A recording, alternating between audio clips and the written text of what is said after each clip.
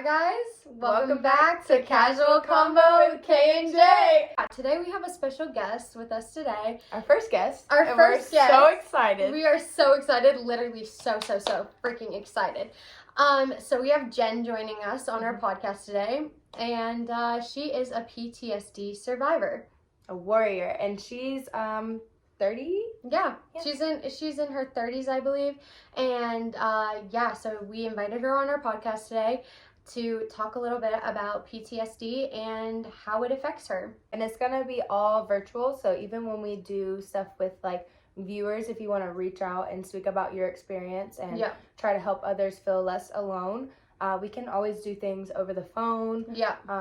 So she's not physically coming here. Yes. We're just going to have her on FaceTime and ask her a few questions, and they're very important questions that we have kind of talked about in our last season. Yes. So we're going to be asking her some questions that basically recap our last season and what her experience was with those same Exactly, because like we said in our first season, we want people to be able to speak about their experiences, and Caitlin and I's experiences are only one thing. But we invited Jen onto our podcast today to talk about her experiences, because her experience is very different from Caitlin and I's, but I'm sure that she has similar experiences as well. Mm-hmm. So we want multiple people to talk about their different experiences. Did you reach out to her? Did she reach out to you? I was going to reach out to her, but then she reached out to me, and I was just so excited. Oh my goodness. I know we went on TikTok Live and we had like a milestone. Yes, we hit a milestone today, and we are so happy and so excited, and we just can't wait to release more videos for you guys. It's like when we look back on stuff, giddy I know, we get get so excited. Watch us look back on this like a year later, and we're just touching so many people's lives, and we have like basically a community. Yeah, that's the goal at the end of the day. It's just a community where we can just like feel at home. We're making a home. Yeah, we're making a home. For people that don't have a home. Yes. Literally. So yeah, we can't wait. Okay, let's get her on here. Hello! Okay, let me... So, FaceTime, it has to have my phone updated, so we don't want to wait for that long.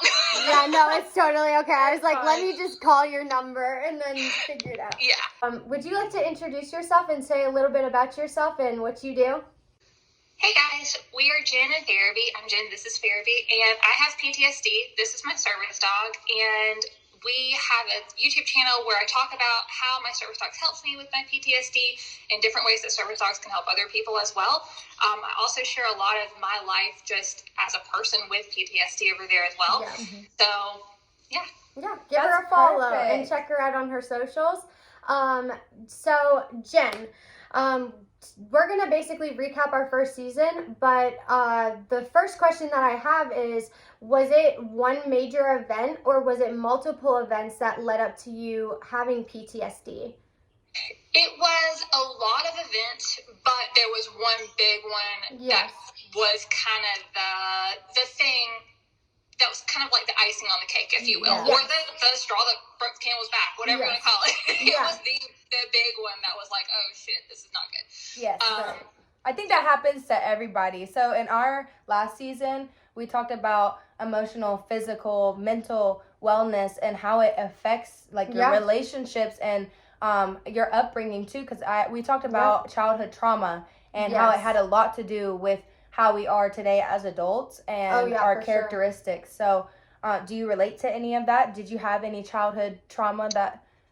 Not really childhood stuff so much. Looking back, of course, the older you get, the more things you can look back on your childhood and say, like, you know, that wasn't right. That was a mess. Yeah, right, of course, yeah. It wasn't anything, like, my parents were not abusive people. They weren't, like, they really were good overall, but then there's things that, like, for a good example, they didn't argue in front of me, which that sounds great, but it's not, because I didn't know how to argue. Right. Yes.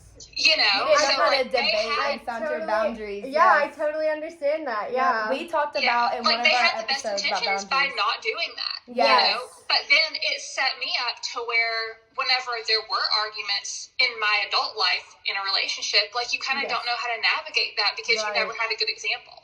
And so I mean, obviously that wasn't their intention, but I think there's always stuff in everybody's life that you look back and you're like, well, they could have done that different. Right, That would have been love better. that. Once I got diagnosed with anxiety, I kind of looked back and I was like, yes, that was instilled a little bit by my parents. That it wasn't their intention, but it happens, I think, to a lot of people, and they don't realize until it's like that oh shit moment. They're like, this isn't normal. Yeah, I think there's a lot of different things that can like lead up to you experiencing anxiety, whether it's like genetics or it's like certain things that you have experienced throughout life or your parents like instilling it in you. Yes. But yeah, that's very interesting that it was like multiple events leading up to it and then one big event happened. So now talking about PTSD and the diagnosis process, was that something that was easy for you or was it something that was hard? It wasn't. No, I mean, it was super easy. They just ask you questions. There's not like, it's probably, I would say, one of the easier things to be diagnosed with because it's all based on how you feel. So like you're just answering questions, you know, legitimately. And the first time I was diagnosed, I didn't, she's about to start barking. Sorry. You're fine. The first time that I was diagnosed, like, I didn't even know that I was being tested for anything. Like, because I was just in therapy and I kept, you know, basically having really, really bad things happen to me. Right. And she was like, I think you have PTSD. And I was like, I didn't go to war because, you know, that's automatically like what you think. And she's like, no, it can be caused from, you know, basically all the stuff you've been through. And so then she gave me a test and she was like, you know, you're basically off the chart.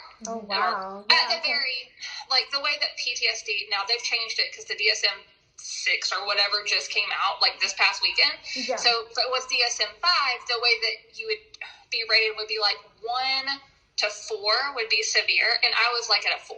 Oh, wow. Which basically what that means is pretty much if your doctor thinks you're so bad, they can have you institutionalized for that. Oh, wow. Yes.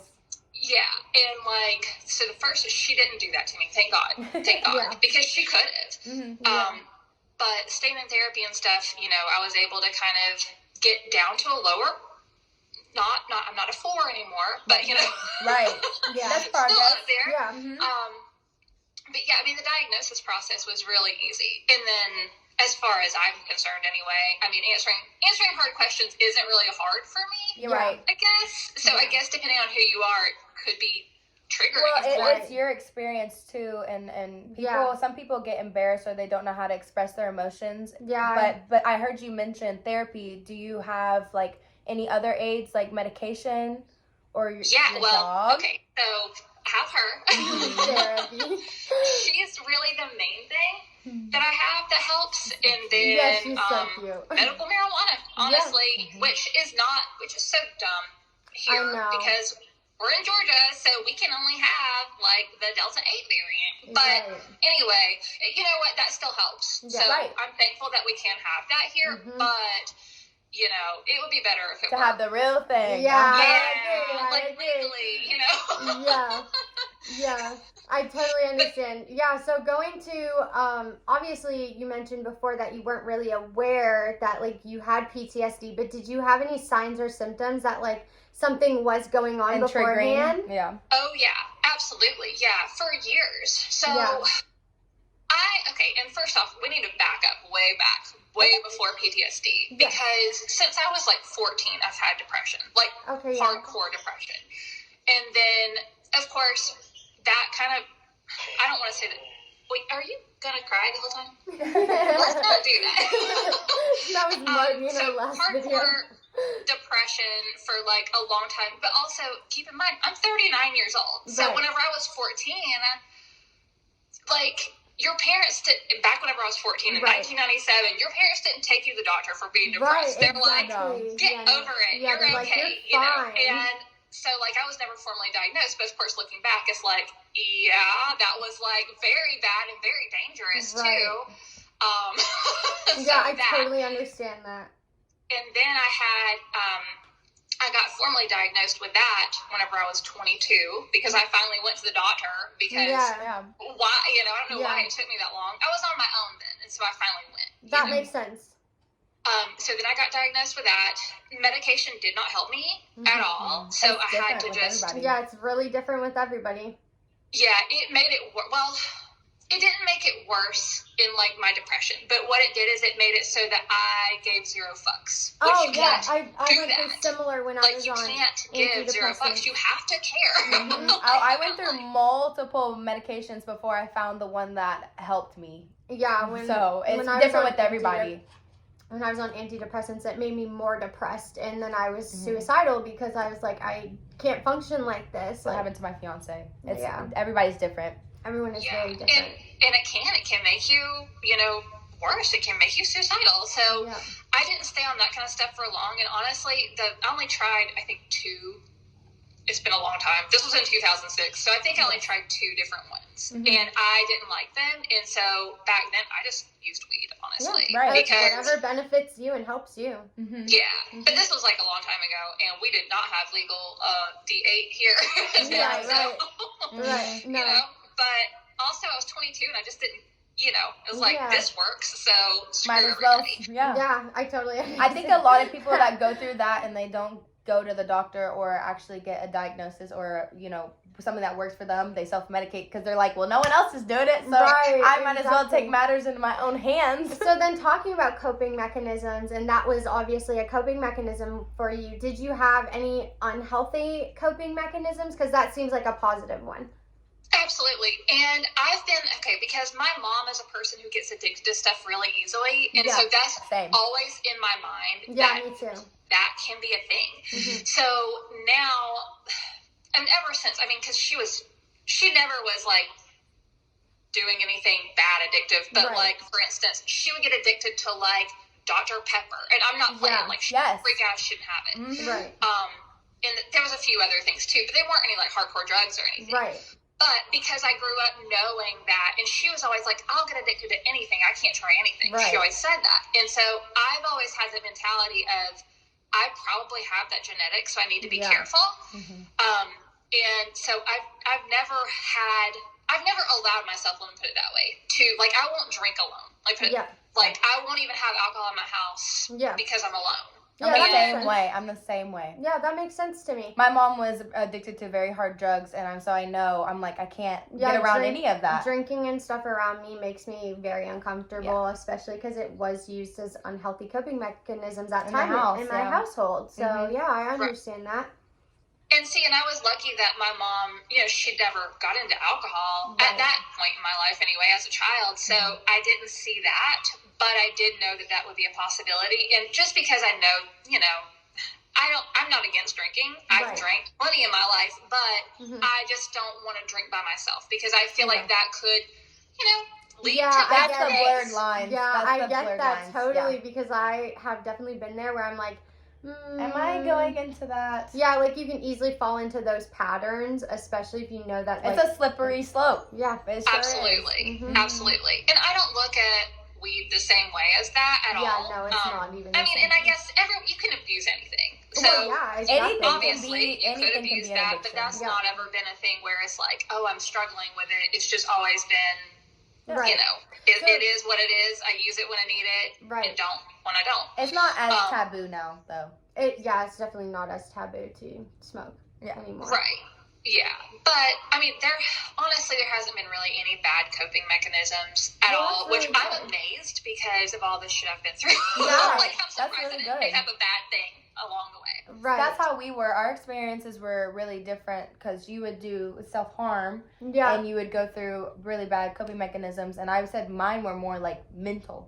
Yeah, like really a lot physical. of my coping mechanisms when I was going through stuff was a lot of like self-harm or like not necessarily just like taking care of myself, like self-care and stuff like that. Lacking in those prospects, I guess, but it depends on each person. Yeah.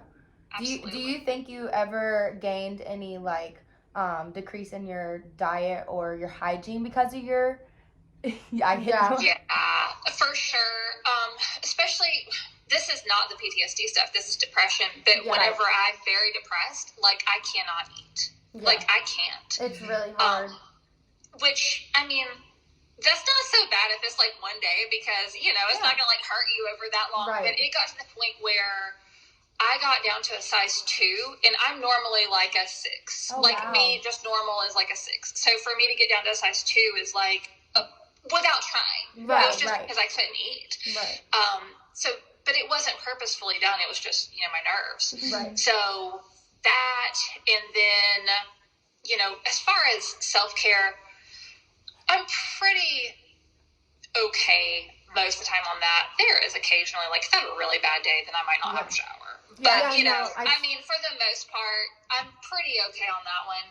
Pretty good most of the time on that one. But, there's always occasionally a day where you're definitely been times where I've went, like, a week without showering. Like, I just mentally could not, like, bring myself to get into the shower or even just, like, it seems physical like health. such a task. And people that don't recognize that they have a mental illness, or maybe they really don't. Yeah. They're like, how is that so hard for you? And it's like, you don't understand. I can't do it. Yeah, like mental and physical go together so much. And I think a lot of people just don't understand that. Like, mental health affects your physical being so much, and physical health affects your mental being so much, and vice versa.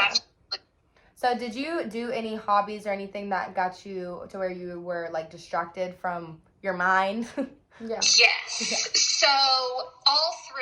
So we didn't even talk about what gave me the PTSD. We need to go over that at some point. I wasn't sure how comfortable you were diving into it, but you can. Through all of that, so I knit, and that actually was a huge help. And the year that the abuse got so bad, which is what really caused my PTSD, which we'll circle back to that. But the year that got so bad, I knit 13 sweaters, okay? Wow. And if y'all don't knit, then you don't know how much that actually is. Oh, yeah, that's a lot. A full, like, me-size, grown adult woman-size sweaters, because that was my thing mechanism. Right. And so I can just, I could basically block out the stuff that was going on and just go as fast as I could and just stare and, like, put it all into that, which it wasn't. I would say that was probably not the most healthy thing to do, but at least it wasn't, like, harmful to me. Right, it was still getting away, like, but that's not great. Right. Like, you have to face your problems. Yeah, you can't just go knit a sweater and it be gone. Right. So, yeah, I mean, that helps, and that still helps me now. But, I mean, hobbies in general. I think hobbies are a really good thing for everybody because it's something that you can do, assuming you do a hobby on your own, it's something that doesn't depend on people, So you can just kind of sink into that. Like, if your plans fall through or if you're having a bad time or whatever, and you get some gratification from finishing a project, whether it's even coloring. I mean, I know that sounds dumb, but coloring, puzzles, knitting, crochet, sewing. I mean, I'm sure there's other stuff too. Gardening, whatever. Hobbies are good. Yeah. All those painting, I paint. Are good. I'll redo furniture and stuff. I redo furniture all the time. My mind's going crazy. I'm going to redo this. Switch around your room and everything. You're just like, I need something new. Refresh me. So, yes, what caused your PTSD? Okay, yeah. So, come to find out, domestic violence can cause that. And I, of course, at the time, I didn't realize. And I think a lot of people don't realize until they're in it. Yep. And then you're like, oh, I didn't know this could actually do real, like, long-term damage. Yeah. So, yeah, it was he never, for the most part, he never got physical with me. It was all verbal and psychological. Oh, wow. And it started really, really kind of not as a big deal. I mean, it was, anytime someone's being a jerk to you is kind of a big deal. But it was kind of like, Well, I'm sure that at first you were kind of like, oh, you're just being mean. You're talking to me mean, Yeah. Until you actually realize. Exactly. Or, like, I'm an Enneagram 9. I don't know if y'all know the Enneagram stuff. I do. Wait, I'm explain. a 9, which is basically, like, I'm the people pleaser, and I'm also, I can kind of see both sides of stuff. It's based on your personality traits. Right. And so, whenever he would start being a jerk, I would kind of, in my mind, be like, well, it's probably not anything to do with me, really. It's probably something that's happened to him. Yeah, that makes sense. And rationalize it for him. And it would be little stuff at first. Like, I mean, I'm talking, like, minor, like, dumb shit that everybody has. But then it got a little bit worse. And then a little bit worse. And then a little bit more frequent. Until, it got pretty... Like 2 years in, it got to where he was punching holes in the walls and stuff. Yeah, definitely understand that. And, like, then, not too long after that, it would be, like, come near me and punch the hole in the wall behind me. Yeah.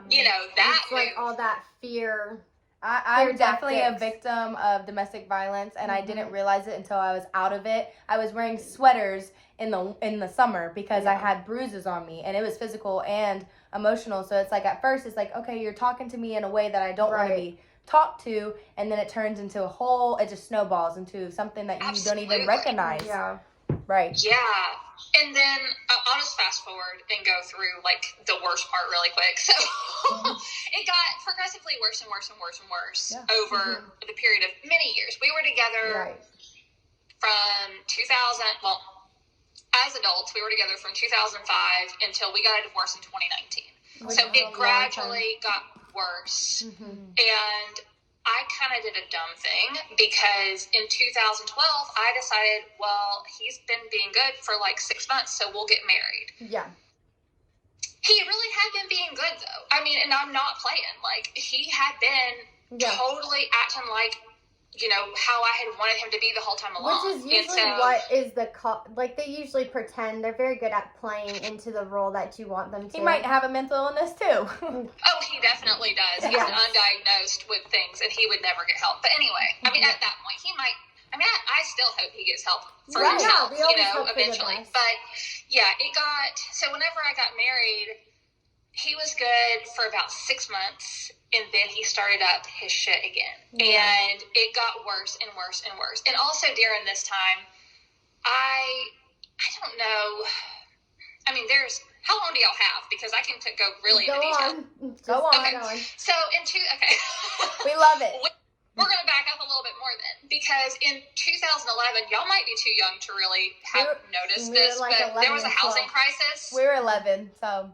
Okay, well, I don't know that you would really pay attention, but in 2011, there was a housing crisis. And basically what they did is the economy went to shit, and I had my own house in my name. It was mine on my own, nobody else's, and Bank of America was through my home loan was through. Wait, Bank of America was who my home loan was through. There we go. And they sent a letter basically saying, if you are having trouble making your house payments, you can do this thing called Making Home Affordable Plan. And so I'm like, fuck yeah, sign me up, right?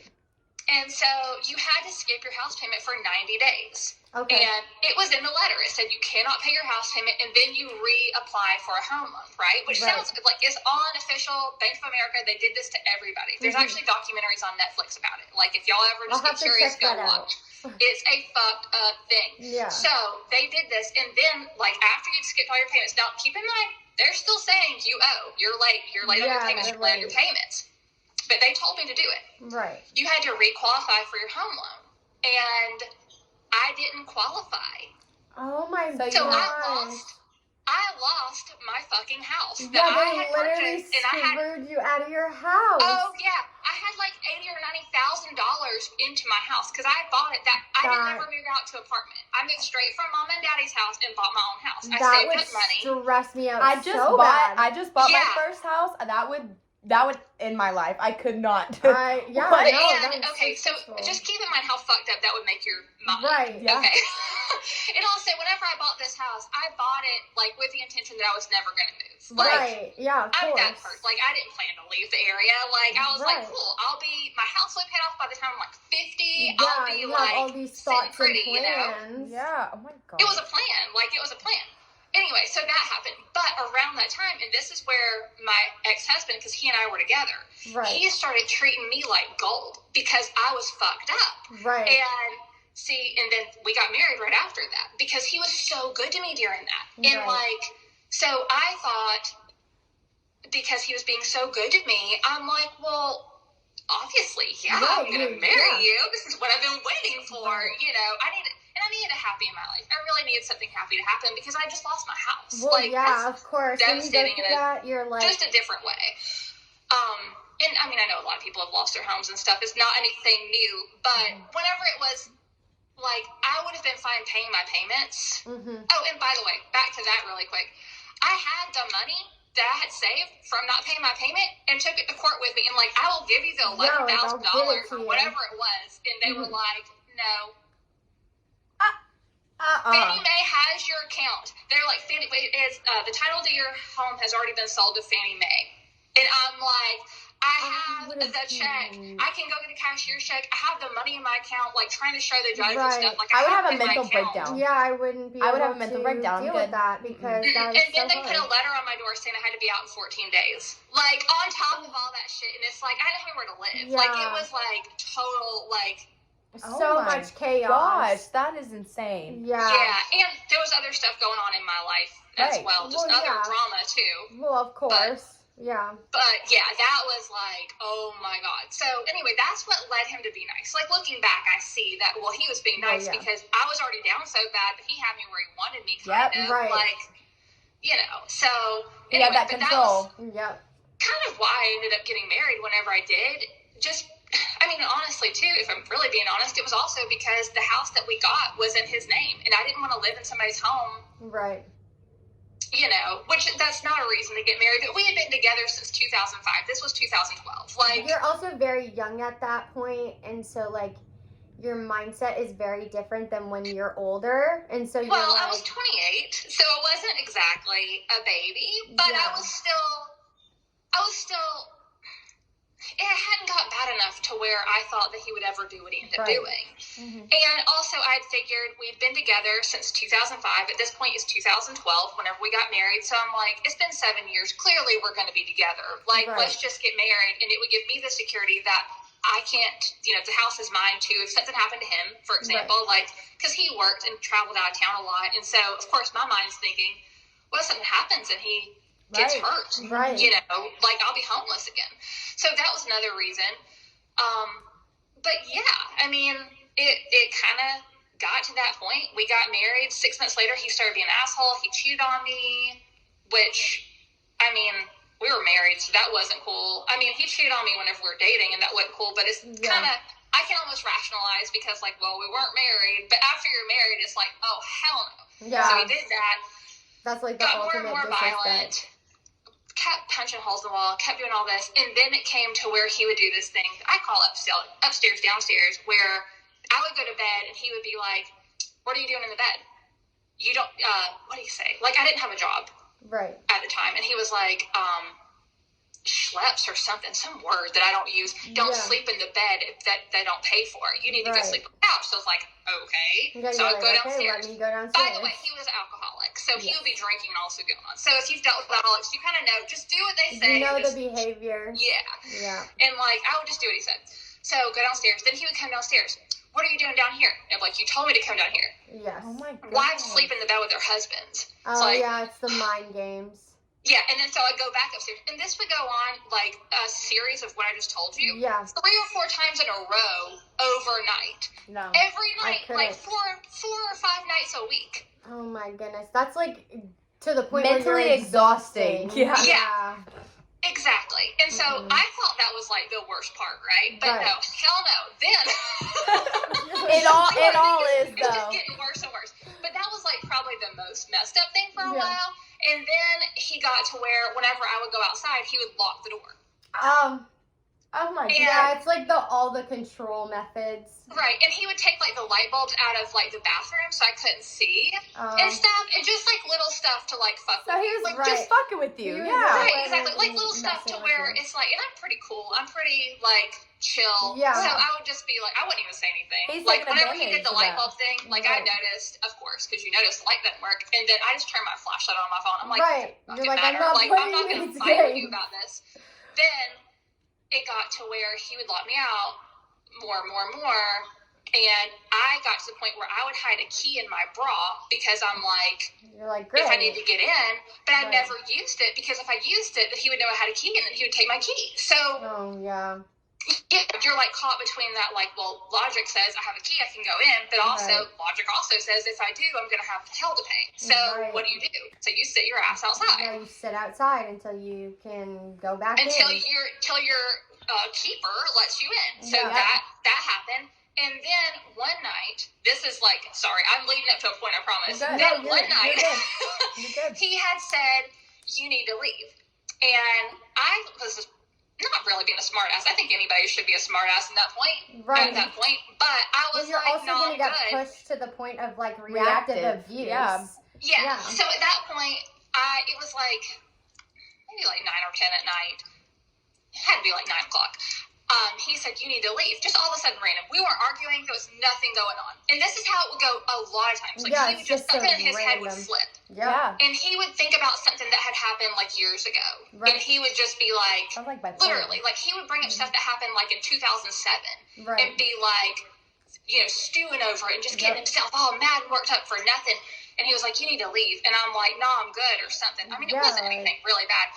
He pulled out a gun, y'all, and he cocked it back, and he goes, I said you need to leave. And I'm like, I was in my pajamas. I didn't have pants on. Like, I was in, like, a nightgown. Right. You know?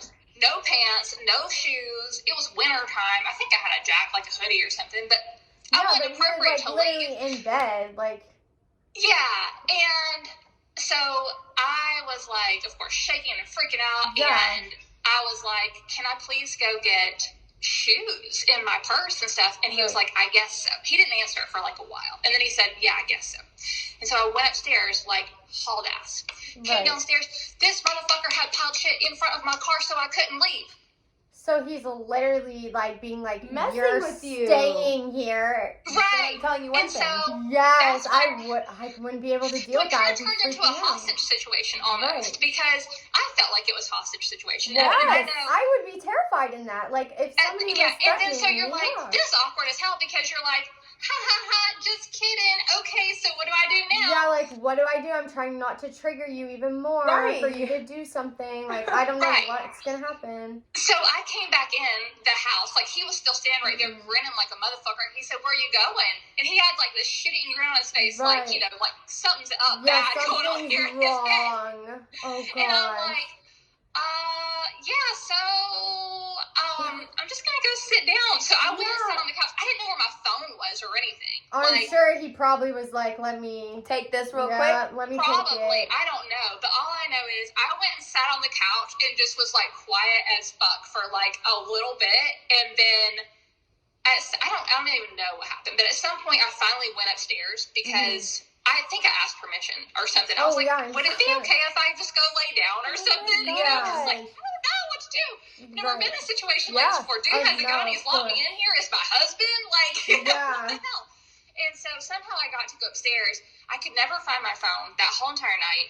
And then I just remember, like, praying to God the whole night long, please, God, don't let me get killed. Please, just don't let me die. I woke up the next day. We were snowed in, by the way. It was because you know how it gets around here. If you get snow, it's ice. So you can't leave. We fucking got snowed in the house for 2 days together after that. And I swear to God, this is this crazy motherfucker. Whenever I woke up, there was a note on the kitchen counter that said, baby, I love you. I wish I treated you better. And then you're like... And I'm just like, all right, cool. So I never said anything to him about this at all. I never said a word. I just played like nothing was going on. Like, everything's fine. What do you do? Right. Yeah. So then, because of course it happened, and I didn't tell anybody that happened. I told people knew that he would lock me out and stuff, but nobody knew he pulled a gun. Right. Just because that's like next level, like. Well, yeah. Also, that's someone you trust that you're living with, and your husband. And you also don't know how people are gonna respond. So you're like, they're threatening you. So your immediate reaction is, let me not do something that you're literally threatening me with. Right. And also, by the way, guys, he and I had been boyfriend. He was my first boyfriend ever in 2000. Or I'm sorry, in 1997. We got together whenever we were 14. Yeah. And then, so we got together, we were together from 97, 98, all 99, most of 99. We broke up right before the end of 99. And then we got back together kind of the end of 2004, but on New Year's Eve of 2004 going into 2005, that New Year's Eve night, we made it official and we're like back together. We were together the majority of, definitely the majority of our teen years that you would date. And then also all of my adulthood. Like, there's not a memory that he's not in, basically. I mean, even growing up. So, you know, you don't know how to, like, navigate that with somebody, like, you've known that long and, like, you trust that way. And, like, it's just, you know, you're like, are you full of shit right now? Because, you know, you've known somebody for so long and then they do something like that. It's, like, the ultimate betrayal of trust. You're like, I thought then you it were makes you one feel way, and then now you're acting like this, and you feel crazy. Yeah, you're basically, like, oh I'd feel gosh. crazy. Yeah. I'd be like, what is going on? I thought I could trust you, and now you're acting like this. I could not do it. Props to you. Yeah, I feel like you'd probably question your decisions and like everything like that. Definitely. And that's why I stayed so long too, is because I have known him for so long, and it was just like, you hope for it to get better. Yeah. And I knew him not that way too. You know what I mean? Right. Like, I knew a side of him that wasn't that way. Yes. And so it was very, and I knew, and still to this day, like, he has something that's undiagnosed. He has to have something. Yeah. And I begged him to get help, and he wouldn't. And I don't regret staying as long as I did at all, because I know that I did everything I could, even though it burned some of my time and my life away. But the thing is, I think if I had left earlier in the relationship, I'm pretty sure I would be sitting here thinking, what if I would have stayed? Could we have worked it out? Like, I think I would have had that. But let me finish the part about the abuse stuff. So then I got therapy. Not long after that, I got into therapy because I realized this is problems going on here. And then about a month later, after the first incident with the gun, so I've got to move my leg. Hold on a second. I don't know why I have to stop talking to do that, but I have a dog on me, so it's like complicated. So after he pulled the gun on me, that was January 15th of 2018. January 15th of 2018. And then on February 20th or something around there, he tried that shit again. But this time, oh my goodness. This time, because I was like, and this time, honestly, I could kind of feel that it was going to be a night like that. You know what I mean? And so I made sure that I had my phone charged. I made sure I had, because I have a gun, because I'm a person in the South. So I had my gun in my knitting bag, which I would normally not put it there, but I knew that I'd have that with me. I had my phone in my knitting bag. I had my dog's leash in my knitting bag. Not this dog, but another dog that I had. I had shoes on. Like, I made sure I had my Crocs nearby, that kind of thing. And I made sure I had a bra on and, actually stuff I could walk outside in. And so whenever he started acting like that again, and I kind of felt like he was going to do that again. Yeah. I got up and I stood, I was kind of acting like I was talking to him, but I was standing so that I could get to the front door easy is really what I was doing. Yeah. And as soon as he did it, I ran out the front door. And I ran to the front of my neighborhood. Yeah. Not this neighborhood, by the way, another neighborhood. Yes. But I ran to the front of the neighborhood and I called the cops. And that was the scariest thing I'd ever done, because I knew if they didn't arrest him that I was going to be murdered. Yeah. Because he would kill me for that. And so the cops came and they talked to me for a while. They went to the house and they did not go to the house. They and I were standing on the side of the road, and he pulled up. He was coming to look for me. Oh my goodness. Yeah, but I was standing there with the cops. Right. And so, but he had a Mustang that was super loud, and I heard it. I heard it crank up at our house, and I said, I think I hear his car. And they were like, Right. Well, they put a roadblock up for him and stopped his ass. Good. So it was awesome. But, we all had to go back to the house, basically. And so, luckily, I had home security cameras. Yeah. And so, it caught all the audio. And so, I gave the cops all the audio of that. I gave them the audio from the night that he locked me in. Because you could hear the gun on the video. Yeah. And so, I gave them all of those things. And luckily, they were able to arrest him that night. Yeah. Thank God. And I begged them. I'm like, if you can't arrest him, let me know so I can get my ass out of here. I've seen very similar situations like that not go that way. That's so scary. No, and then this is I feel like this next part is the scariest part. So, keep in mind, I ran out of the house. Now, I ran out of the house, freaking out. He had to have known that I was probably going to call the cops, right? Yeah. So, the way that our house was set up then, we had a banister at the top. Yes. And our master bedroom, if you were standing at our master bedroom doorway, then you could look over the railing, just because it was that type of house, and you could see the front door. Y'all, he had I don't know if y'all know anything about guns, but it was an AR-15, so a big gun. Yeah. Sitting by the door upstairs, and it had bullets in it. And this was a brand new gun that had never been shot. It had never had anything. So he was waiting to pick me off up there.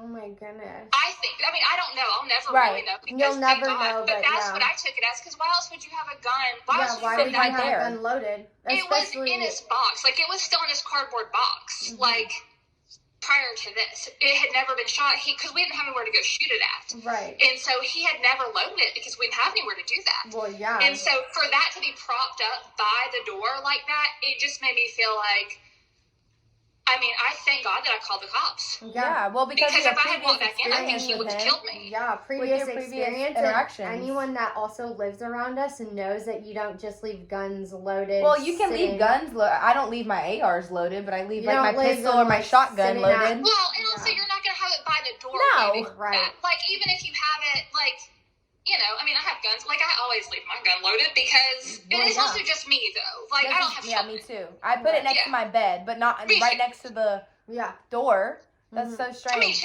Me too. But, like, you know, I don't know. It was just kind of like, oh my God, I'm so glad that I called the cops. But that was the thing that made me be like, you know I did the right thing at that time for sure because I'd be dead if not. And I think I honestly waited, like, the exact moment that I was supposed to wait somehow, because if not, then I would have been killed.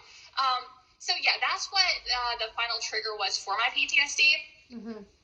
But like, there were a lot of incidences leading up to it.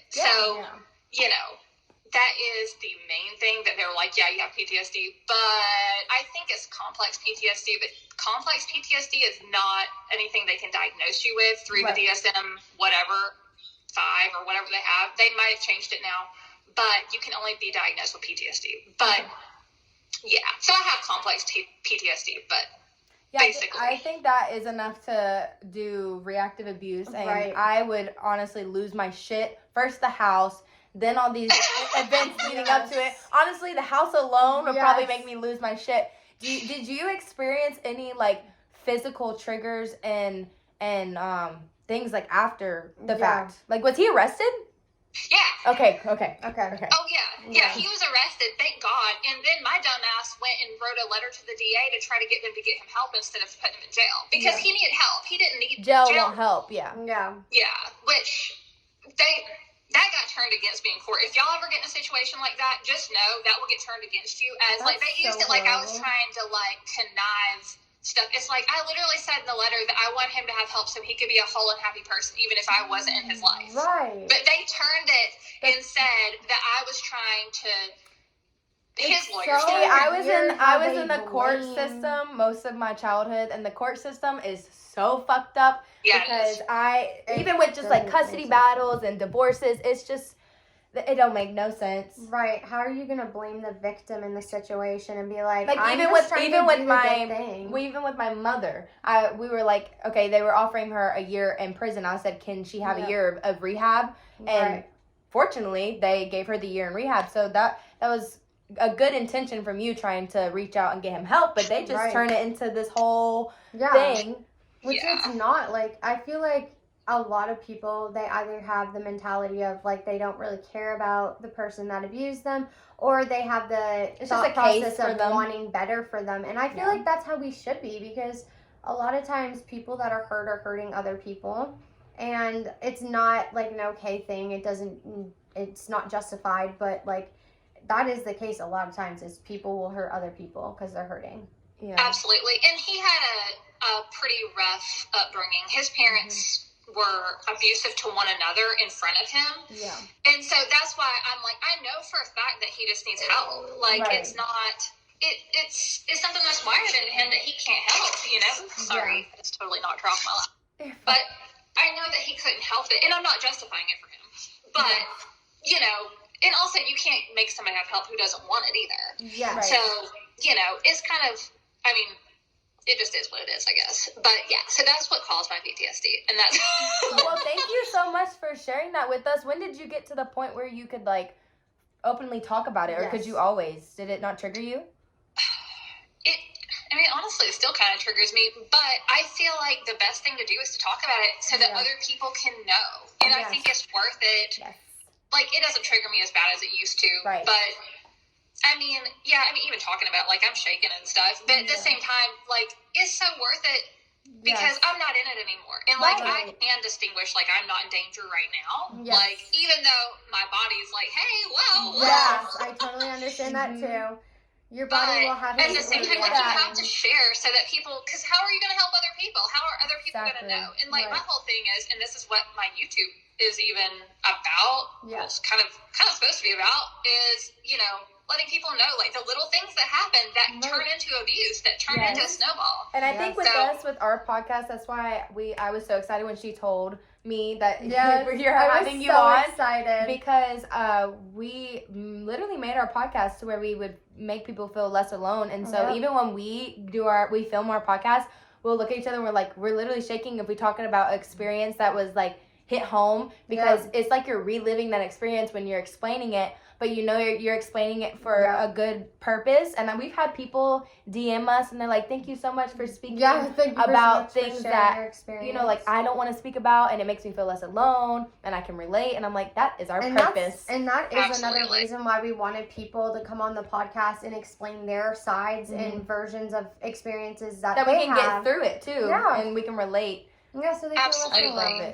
That, your story, I was sitting here like, yes, astonished, because I feel like it's almost unbelievable. And there's a bunch of other stuff that I just didn't even mention. I'm sure. And I think that's how it is for everyone. Like, till this day, Justice and I still learn things about each other that has happened that lead up to our mental illness, or like who we are today. Yeah. That's just... That's and I think it's such a great thing that you also advocate online for PTSD and about domestic violence, because there is not enough people that feel comfortable speaking about it and like being honest and open about their experiences. And I understand why, because it's very intimate. It's very vulnerable. Yeah. Yeah. And also, I think a lot of people are afraid of retaliation too. Yes. We had to make sure with our family that it was okay, because mainly with me, I talk about my mom and her drug abuse, and so we had to make sure, like, are we respecting everybody's boundaries, because we're speaking from our experience, you know. And I think, you know, people do feel less alone whenever they hear people, but also, like, for my stuff, telling people things that kind of led up, like, this was a red flag. Like, I'm hoping that, honestly, I hope that whoever he dates or marries after me, I'm hoping that if he starts this shit with them, I'm hoping they'll find my stuff and they'll just be able to be like, oh, wait, this is starting. He's already doing this. But, of course, I've never said his name. I've never, you know, and I won't ever do that. But it wouldn't be hard for somebody to figure out who he was. Because we were married, and so our names are linked online, you know, forevermore. So it wouldn't be super hard. But it is, you know, you have to leave people little breadcrumbs so that they can put it together for themselves. Because also, if you tell your friend, like, I think your significant other is being abusive to you, they're probably going to get mad at you. Oh, yeah. And they'll take it in a very negative way. But I also think that it's important to say, like, everyone can be abusive at times. And, like, your bad behaviors can be abusive. Affects people. Yeah, that's why you have to set your boundaries. We had a whole episode about boundaries and realizing your triggers and how to realize them. And it's just crazy. Because I will be the first one to admit that I've had abusive behaviors in the past where I was very controlling. And almost narcissistic tendencies. Yes, narcissistic tendencies from people that I have around me in my life. But, like, you have to identify those behaviors. Even as a person that has been abusive or a abuser, you need to identify those bad behaviors within yourself, because you can't just ignore them and act like it's okay to treat people badly because you're dealing with something. Right. Absolutely. Yeah. And you're right. Everyone can be abusive. I mean, there isn't a person out there who hasn't been abusive or at some point in their life. Right. Like, and it doesn't mean that you're always that way. It just means that maybe you've had a bad day and you're taking it out on people you love, unfortunately. And it does go that way. But whenever it becomes a constant thing. That is a huge problem. That's what's the problem. Everybody's going to be an asshole from time to time. And that's just the way it goes. As soon as you cross that boundary where it's like you're taking it a step too far, it's like, okay. Well, and then when you do know the red flags, like when you've gone through it, I feel like it does get easier in a way because you can recognize when whether the person that you're with, like, I'll go to Justice and I'll be like, is my fiance being a narcissist? Like, do I need to get out of this relationship? She's like, no, he's perfect for you, and you know what he's doing is normal fiance things. But how are your relationships and your friendships now? Yes. So I haven't gotten in an actual relationship, romantic relationship. That's what I'm looking for. I haven't tried to date. I don't want to date after that. I mean, I'm not saying forever. No. I mean, one day, probably, yeah. I mean, I might. I don't know. I'm really, because I've never been single until I was single now. I've not been single since I was 14. I was not single from the time I was 14 till I was 36. Like, I'm like, oh shit, you can do stuff on your own.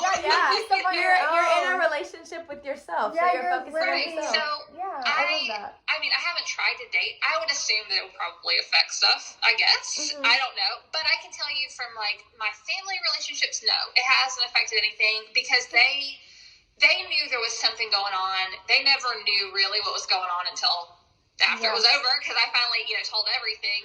But they've been super supportive. I had one friend that we're not friends anymore, which is really sad because we were friends also since we were really young, since we were teenagers, like young teenagers. And she straight up called me a pussy and told me to get over it, like word for word. And my father did that to my mom. Yeah, the invalidation is not cool. That really sets me off and triggers me a lot. Any type of invalidation. And I just get so angry because I'm like, you could just be trying to understand. That's all I want is understanding. Right. And then she also said stuff, like, whenever I told her what he did, she was like, that motherfucker ain't gonna do shit. You should have walked over there and pulled the gun out of his hand. What are you running from him from? And, like, that kind of stuff where it's like... That's not how it happens in your head in the moment. In the moment, it's like danger, fight or flight. Like, no. Exactly. But also, the thing is, he was also drunk. So would sober him do that? No, I don't think so. Would drunk him do that? Yeah. Maybe. He really would have shot me, and he might not even too.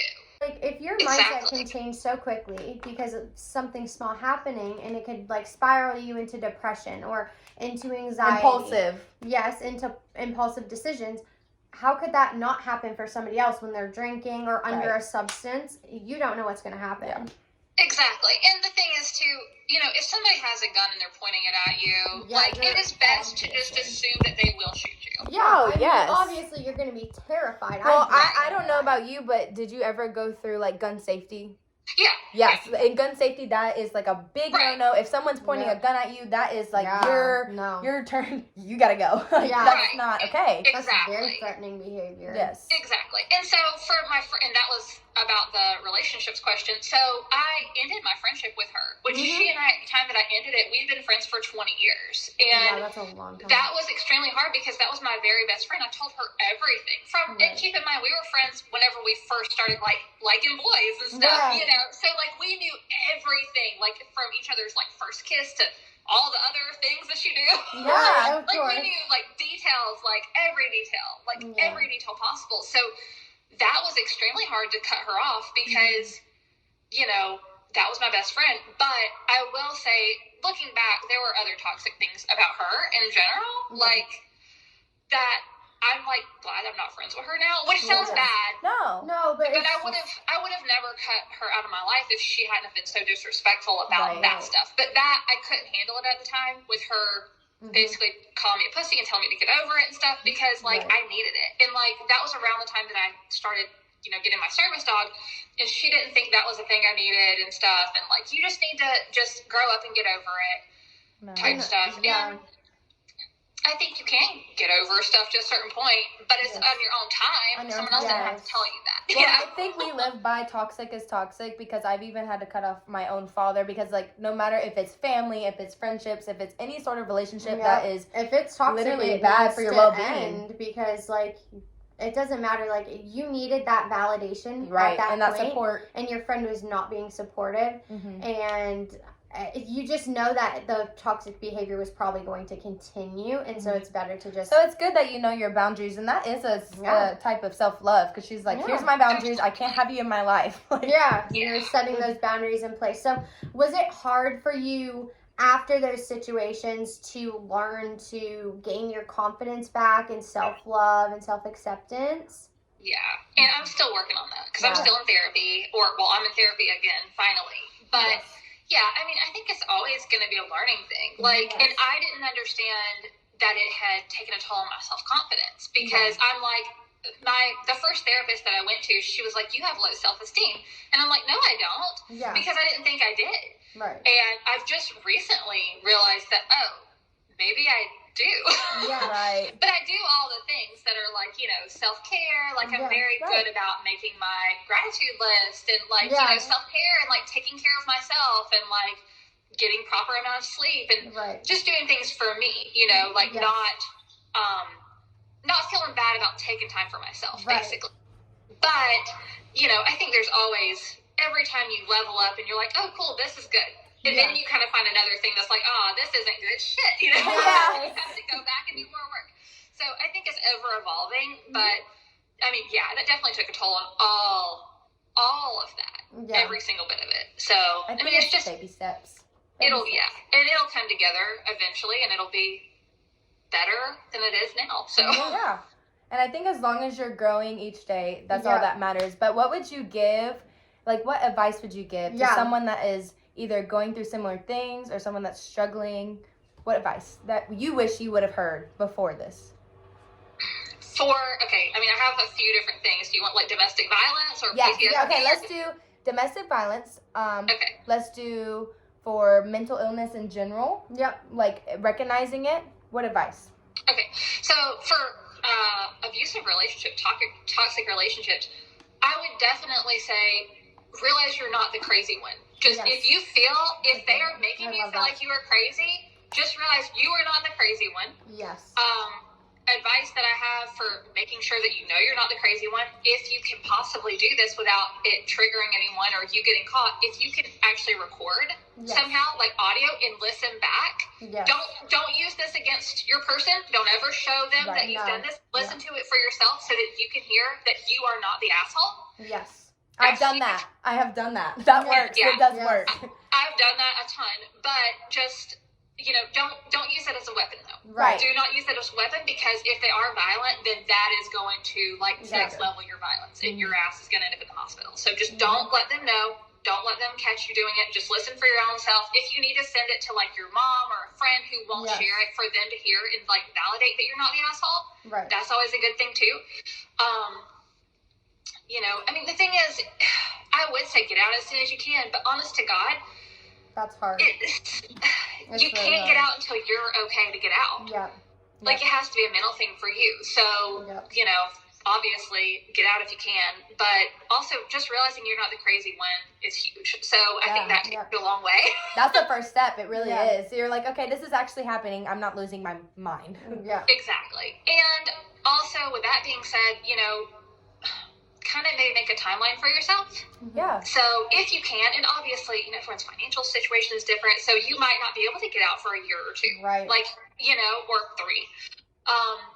So doing things for yourself like gratitude journal, self-care stuff, all of that, trying to find what's going right was a huge thing. So because everything was shit. So if you could try to figure out what's going right, so it might be, I had a warm cup of coffee. Yes. I got to have a shower.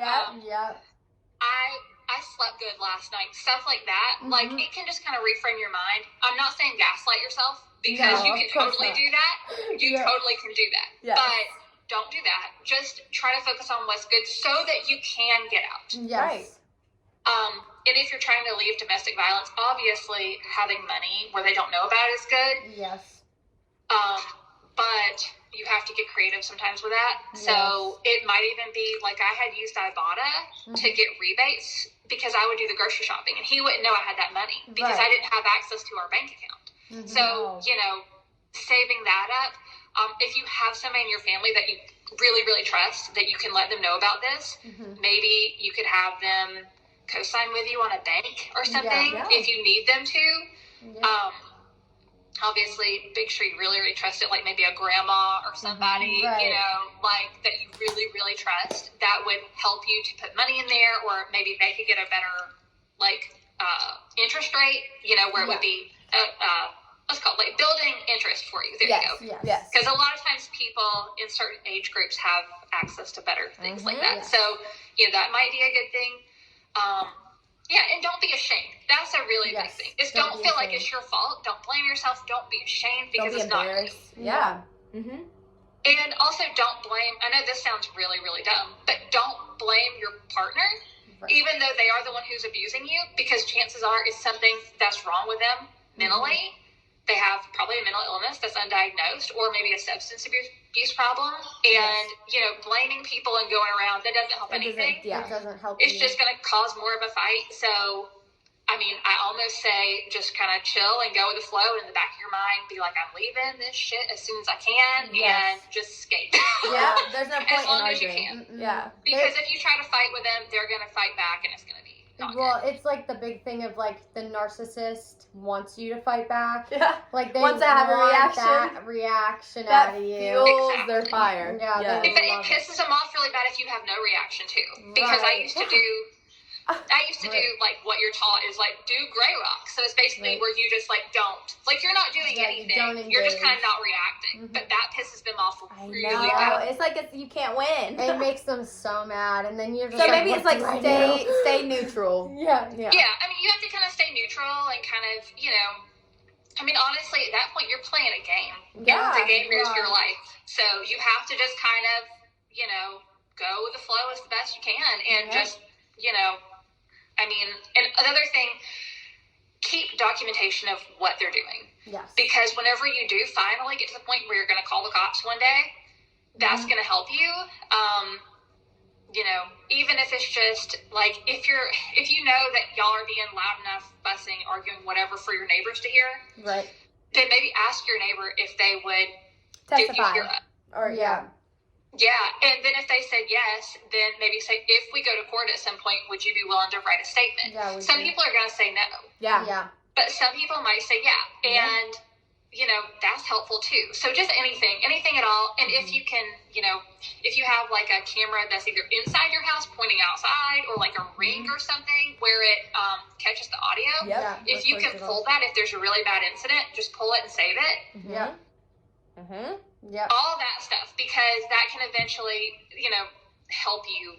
At least help you. Number one, it helps you to see how much shit would happen, because whenever it's happening so much, you don't realize. No, you don't. A lot of times during those types of situations, I feel like you dissociate, and it's like you're in survival mode. Like everything that she just explained, it's like, is the apocalypse coming? We're in survival mode. Exactly.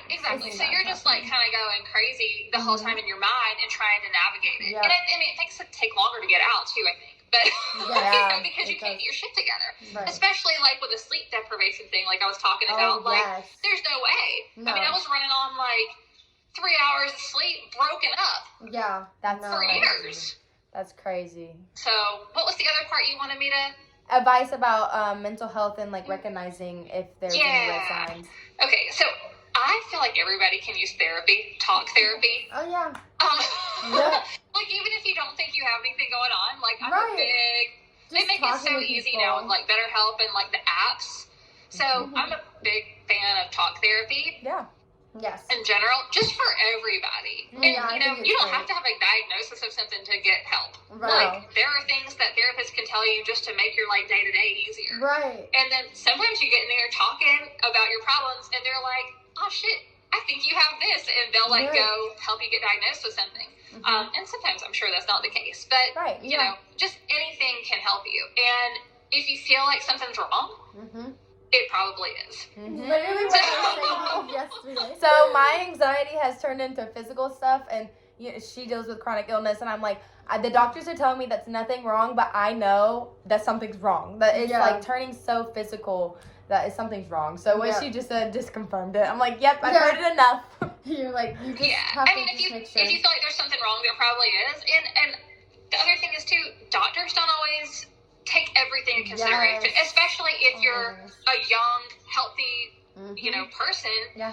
A lot of times they're just like, no. Yeah, they're like, you're fine. They invalidate me all the time. I went to one doctor, they said, so my anxiety made me start having physical problems with like within my chest region. So it's like I would get so worked up. And one doctor said it was just acid reflux and anxiety. And then I went to the hospital where I was born at, and like my actual doctor and stuff.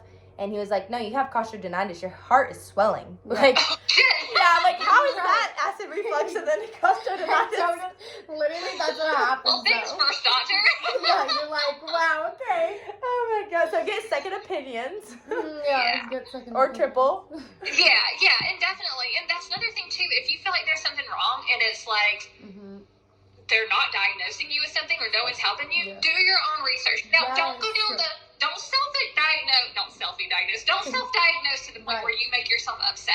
Right. But know what things are out there. Like, pay attention to the symptoms and see if you're, that's literally how I got diagnosed. Yep. Pay attention to the symptoms and tell your doctor what symptoms you're having and be like, my symptoms are very similar to this. And then doctors will be like, oh, okay, well, let me look into that more.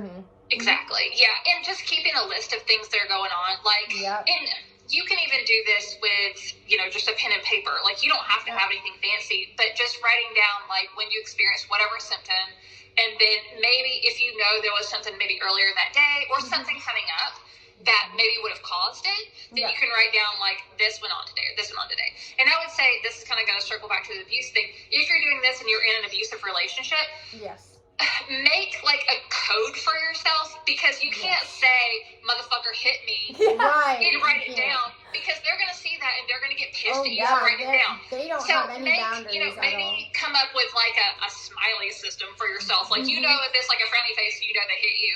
I'm over here smiling about it, but I don't mean it like that. But you know what I mean. We do the same thing. We do that. Like, maybe make a system for yourself so that you just know that this symbol means this thing, or even the color. Like, maybe if you write it in red that day, that means this happened to you beforehand.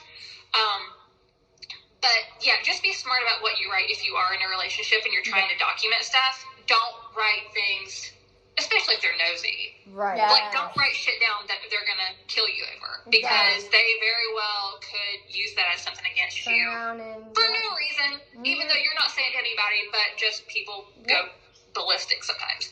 So, Well, thank you so much. This is so interesting. I love hearing other experiences. Like, because before we started this podcast, like, I know you mentioned therapy. I was in therapy when I was 12. I started having stress headaches. And then I eventually found the medicine that worked for me. And it's not a medicine that I have to take every day. But anyways, I used to watch podcasts. Like, before I could literally go into therapy, I would, or watch YouTube videos where I relate to people. I'd be like, okay, it's not me. Okay, so what are they doing to help themselves? And maybe I can receive some of that. So I love hearing different experiences. And with us on our podcast, why we wanted guests is because we only know our experience, you know? Like, I feel like it's just so helpful. Like, you trained your service dog.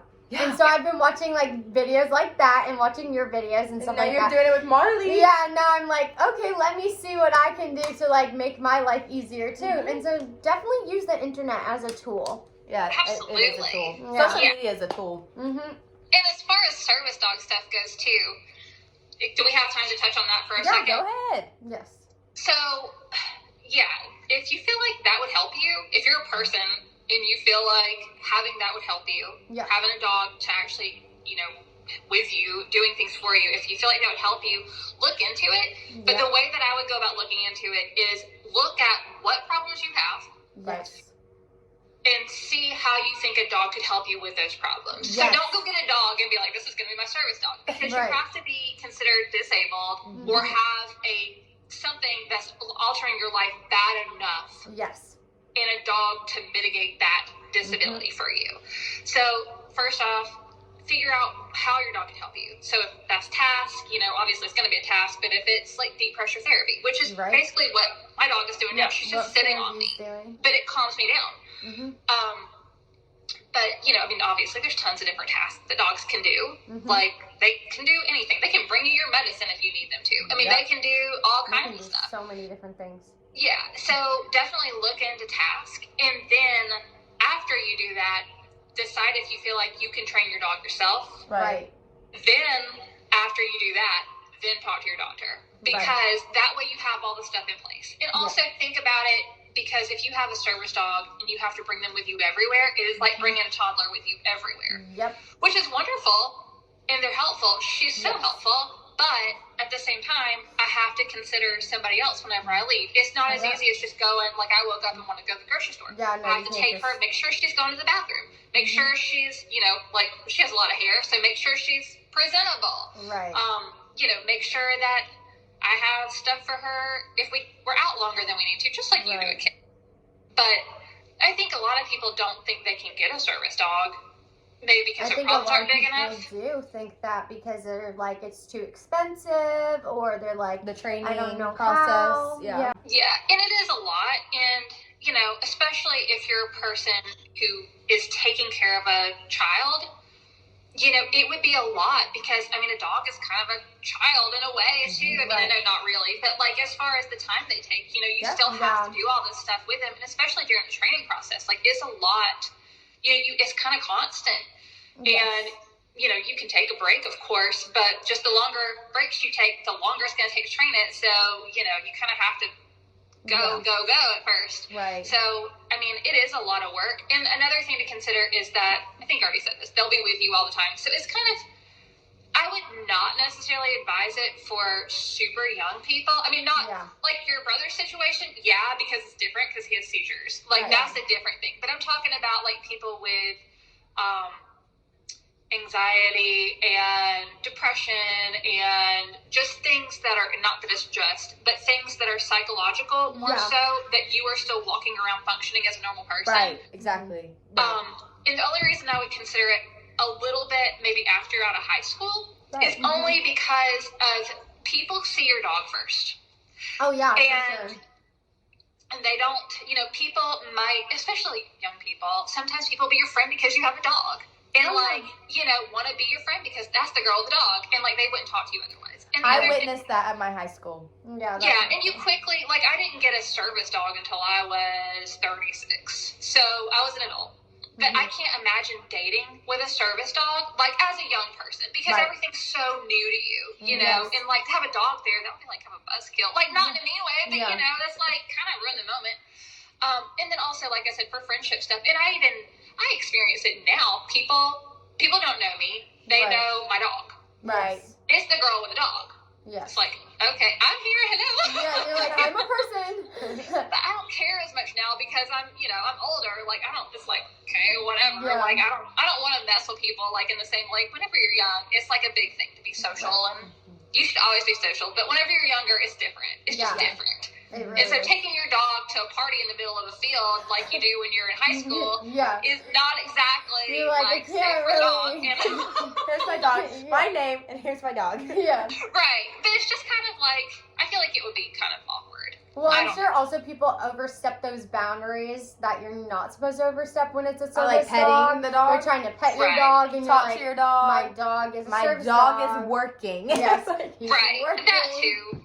That too, but I feel just the loss of personal identity that you would experience as a young person. I just feel if it would be possible to wait until you are, at least out of high school, if you're considering a service dog, I just, from an adult's perspective, I think that would be better, just so that you have your whole entire identity, and so you're not known as the person with the dog. Right.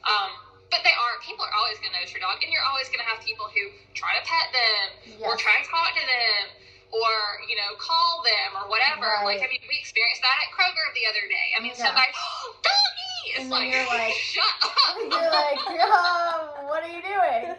But she's pretty good now, and she knows whenever we're at the grocery store, she knows. She'll, you can tell she really wants to, go talk. But she's shh. Sit here. I have to stay. Aww. So, she occasionally will go and be hey.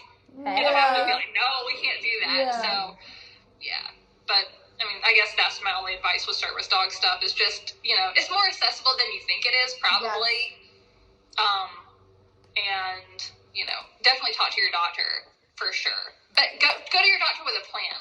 Don't go to them and just say, I think I could use a service dog, because they're going to say why. Yeah, they're going to say why. Yeah. It's then you're going to have to go do research anyway, so it's better just to show up with the information. Right. And then they're probably going to have to think about it for a while. A couple appointments worth, talk to you about it. But still, if you're on that track and you've done the work, then I feel more likely to, maybe put that in as an option. Yes. Right. So. And even if it's not a service dog, I have animal therapy.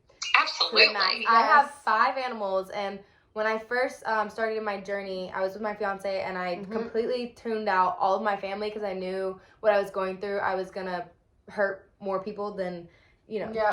And so I was just by myself, and it was my fiance and I and my Rottweiler. And my Rottweiler was my baby. All through quarantine when I was alone, he was my baby. Yeah, and that's then how Marley is. I had him for only 2 years, him being by himself. And then within a year, I got 3 other animals. And then one of the dogs, she had a sister from the same litter, and she wasn't being treated right. Right. Well, what I seen was right. Spencer's like, she wasn't abused. And I'm like, okay. You're like, whatever. And so a little bit abused. we took her. So we have 5, and it definitely keeps my mind off of things because I have that responsibility of like, I'm here for something more than just myself. So I have 2 cats, 3 dogs, and they take up all my time. Yeah, we have 3 dogs over here, and I'm just like, I love them so much. They're great for being just like an emotional support when you need it. Yeah, and before I got my dog that's a service dog now, I had 2 cats and 2 dogs, and like you said, it is a huge distraction, and it's a huge help just having them there. And also, even whenever because of course, going through all that, I'm sure you can imagine there were points where I was like, I can't do this anymore. Well, yeah. Like, borderline suicide.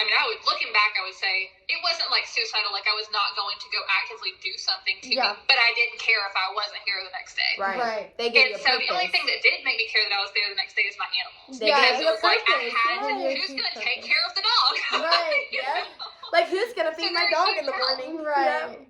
Yeah, they're a huge help even if they're not a service dog. It's just helpful to have an animal because it does give you a sense of purpose. It gives you like, I have to actually get up you have and go outside for a second because I have a dog. Yeah. So we talked about that on a whole episode. Yeah. Yeah, we really she did. mentioned it. Sense of purpose. Yeah. That's literally what we said. Absolutely. Yeah, it does. It gives you a huge sense of purpose because you have to be there for somebody other than yourself. Yes. So it also gives you a way to like take your mind off of stuff because dogs and cats do cute shit all the time. Oh so my it's just gosh, like, oh my god, look how cute you are. Yes. You're like, I love you. Really excited about all this Or stuff. in my case, my dogs bite each other, and I'm like, what's going on? Well, yeah, and then you have to be a referee sometimes. Yes. Exactly. Especially with dogs that are from the same litter. I'm like, quit. Yes. I know you're Calm sisters, down. but we're not arguing today.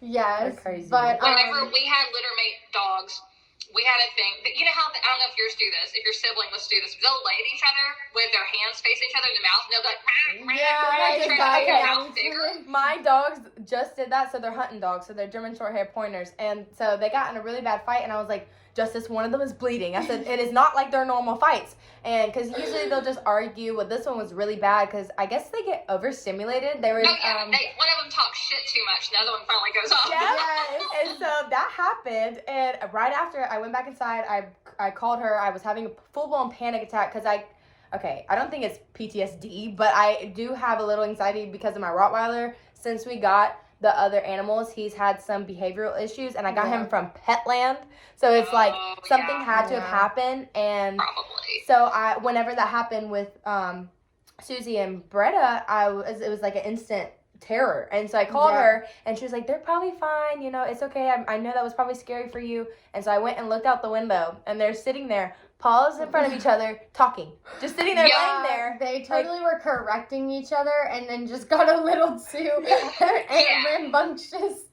Yeah, and whenever we had litter mates, my mom would because after you have them for long enough, you realize what's about to lead to a fight. Whenever they're just facing each other, doing that bigger mouth thing.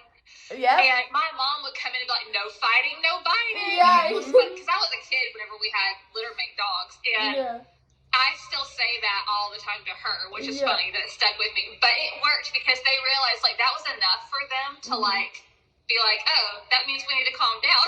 Right. Yeah. The litter mates are funny. I've never had litter mates. I've never had them until them. I've never experienced that, and I'm like, what is going on? Spencer's like, my fiance's, it's normal. I'm like, huh? Yeah. They're literally fighting. Yeah. Well, it's like sisters, they are sisters. Yeah. It's like, I'll whoop your ass, but I still love you. Yeah, exactly. They get too rambunctious. It's like, okay, I'm done. I'm not having enough of you. They're the same size. It's not like the difference between Susie and Zeppelin. Like, oh yeah, no. When Zeppelin corrected Susie, it's like, okay, you could have killed her, but you didn't. So thank you for that. It's like, good for you. Yeah. And then my cats just lay in my house all day and think that they own the house. So that's fine. Yeah, but it's so good. I'm glad that you pointed out all those tips, and hopefully people will take something away from this video and look at those tips and actually realize, like, you're not alone. And this is ways that you can benefit, Yeah. from just these little tips and advice. Yes. That's why we're here. But thank you so much for coming on and talking to us and sharing your experience. Oh, you have something in your I eyeball? always get stuff in my eye. I'm the one whenever we film videos that I'm like, I'm all over the place. She's all over the place, but it's okay. Okay, let me try that again. So, thank you so much, Jen and Pharaby, for coming on our show and sharing your guys' experience and letting us know your experience and how from your it perspective has affected you. And hopefully people can take something away from this. And I definitely have.